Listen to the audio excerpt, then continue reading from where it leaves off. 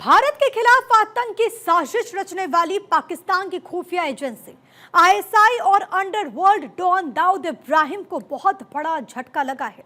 भारत ने नेपाल में खास ऑपरेशन चलाकर आतंकियों और गैंगस्टर्स के सबसे खास यार पर शिकंजा कस दिया और भारत के इस ऑपरेशन पिस्टल से आतंक की एक बहुत बड़ी साजिश नाकाम हो गई, जिसके तार आईएसआई दाऊद इब्राहिम से लेकर लॉरेंस बिश्नोई तक जुड़े हुए थे।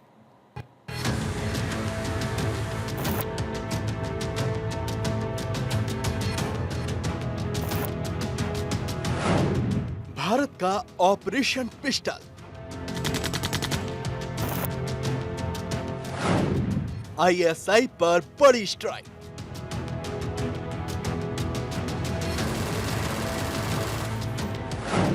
डी कंपनी में मची खलबली।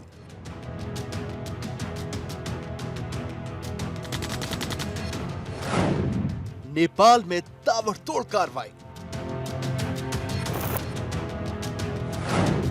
आईएसआई और दाऊद गैंग को बड़ा झटका। भारत में तबाही की साजिश नाकाम।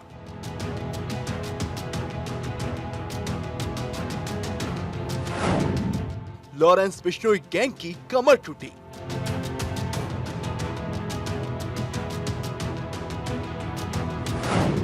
गिरफ्त में आया मोस्ट वांटेड। दाऊद का गुर्गा अतीक का यार।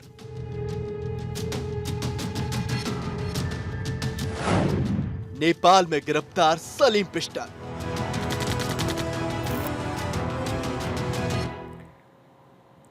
तो आतंकवाद और आतंकियों के खिलाफ भारत सख्त है और भारत की सुरक्षा एजेंसीज एक बड़े ऑपरेशन को अंजाम देकर देश के दुश्मनों को नापाक इरादों को खाक कर रही है। इसी कड़ी में भारत ने नेपाल में जाकर उस सलीम पिस्टल को धर दबोचा जो दाऊद और आईएसआई के इशारे पर भारत में अपना एक खास सिंडिकेट चलाता था। सलीम पिस्टल का नेटवर्क कितना बड़ा था और सलीम पिस्टल कैसे भारत में एंटी नेशनल एक्टिविटी को अंजाम देता था, आप भी समझिए।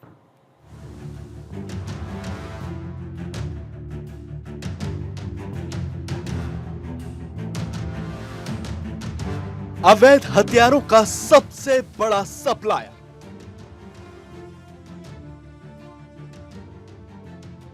लॉरेंस और हाशिम बाबा का मददगार।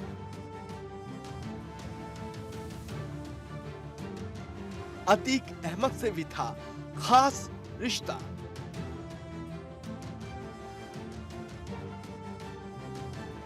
भारत की सुरक्षा एजेंसियों को बहुत बड़ी कामयाबी मिली है। भारत ने नेपाल में ऑपरेशन पिस्टल चलाकर भारत के सबसे बड़े अवैध हथियारों के सप्लायर सलीम पिस्टल को धर दबोचा है। नेपाल में दिल्ली पुलिस की स्पेशल सेल और भारतीय सुरक्षा एजेंसियों के ज्वाइंट ऑपरेशन के तहत शेख सलीम उर्फ सलीम पिस्टल को पकड़ा गया है। पाकिस्तान से लाता था हथियार।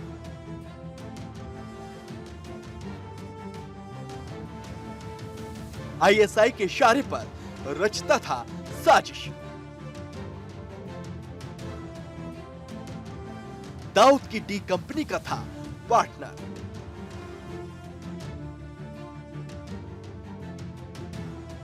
सलीम पिस्टल कई सालों से पाकिस्तान से भारत में अत्याधुनिक हथियारों की खेप सप्लाई कर रहा था।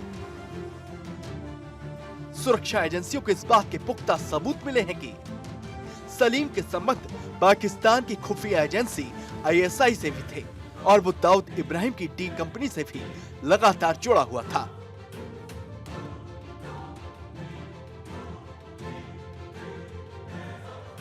सलीम पिस्टल का नेटवर्क, सलीम पिस्टल के तार लॉरेंस बिश्नोई, हाशिम बाबा जैसे बड़े गैंगस्टर्स से भी जुड़ते हुए नजर आए हैं।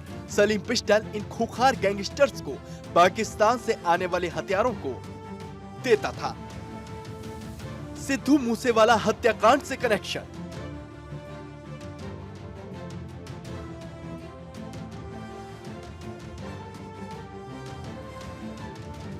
सलीम पिस्टल एक शातिर आर्म्स सप्लायर था। भारत में घटने वाली हर गैंगवार या फिर किसी भी बड़ी वारदात में इस्तेमाल होने वाले हथियारों के तार सलीम पिस्टल से जुड़ते हुए नजर आते हैं।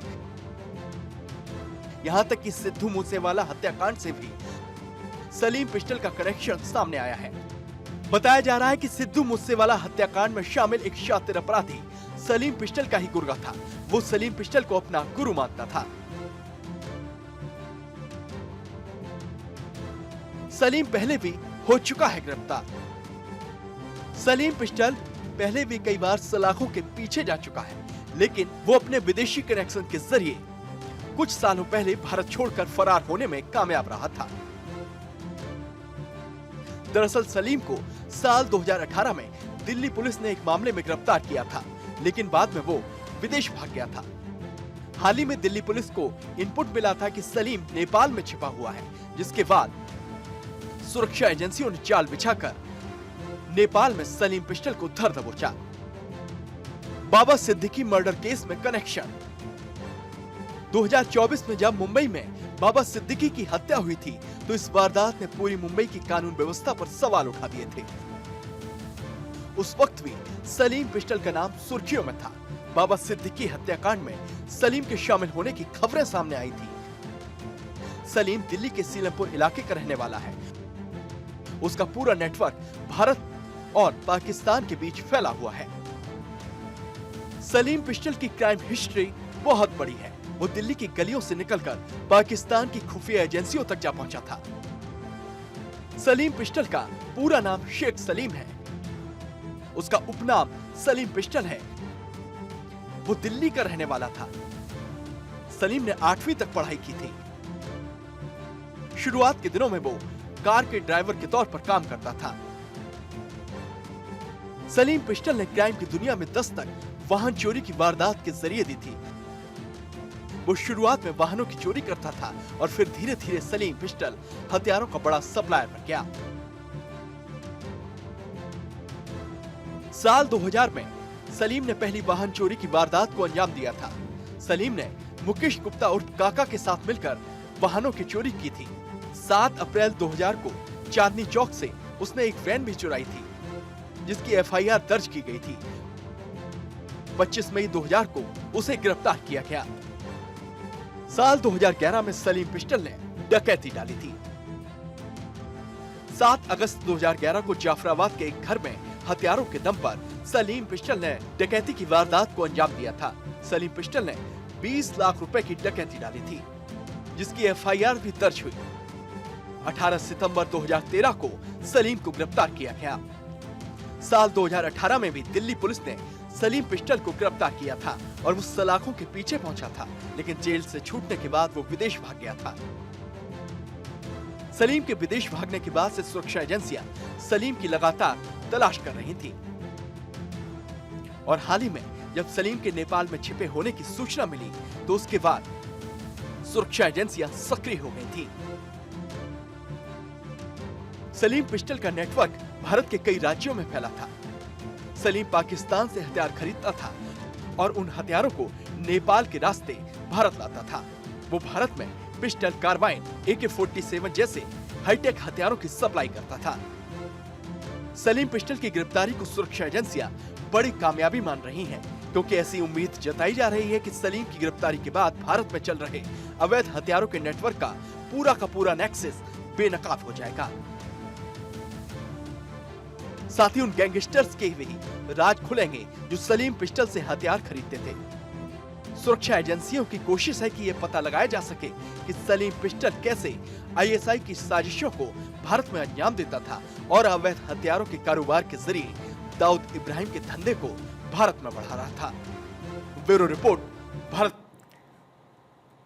अवैध हथियारों की तस्करी की दुनिया में सलीम पिस्टल की धमक थी। दिल्ली NCR के गैंगस्टर से लेकर पूर्वांचल के बाहुबलियों तक सलीम पिस्टल ने अपनी पहुंच बना रखी थी। उसने 200 से ज्यादा हाईटेक हथियार बाहुबली और गैंगस्टर्स को सप्लाई किए थे। कहा तो ये तक जाता है कि जिस अतीक अहमद को एक जमाने में सलीम पिस्टल ने हथियार सप्लाई किए थे, उस अतीक की हत्या में भी सलीम पिस्टल का एक खास कनेक्शन था।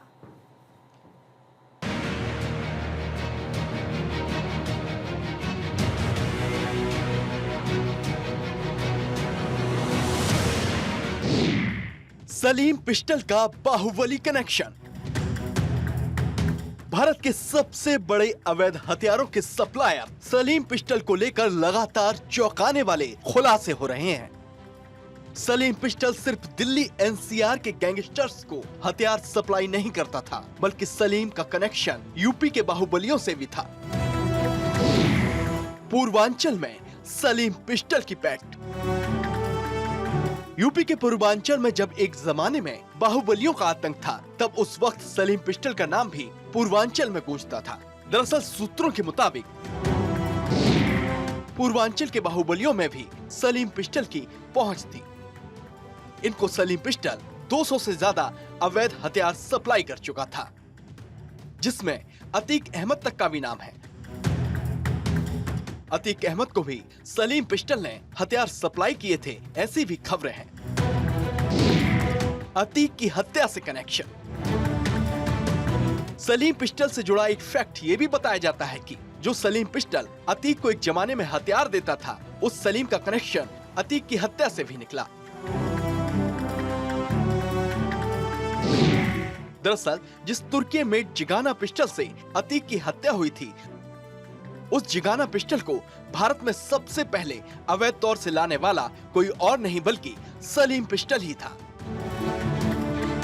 सलीम पिस्टल ने तुर्की मेड जिगाना पिस्टल को अवैध रूप से भारत में लाने के लिए एक खास प्रोसीजर को फॉलो किया था।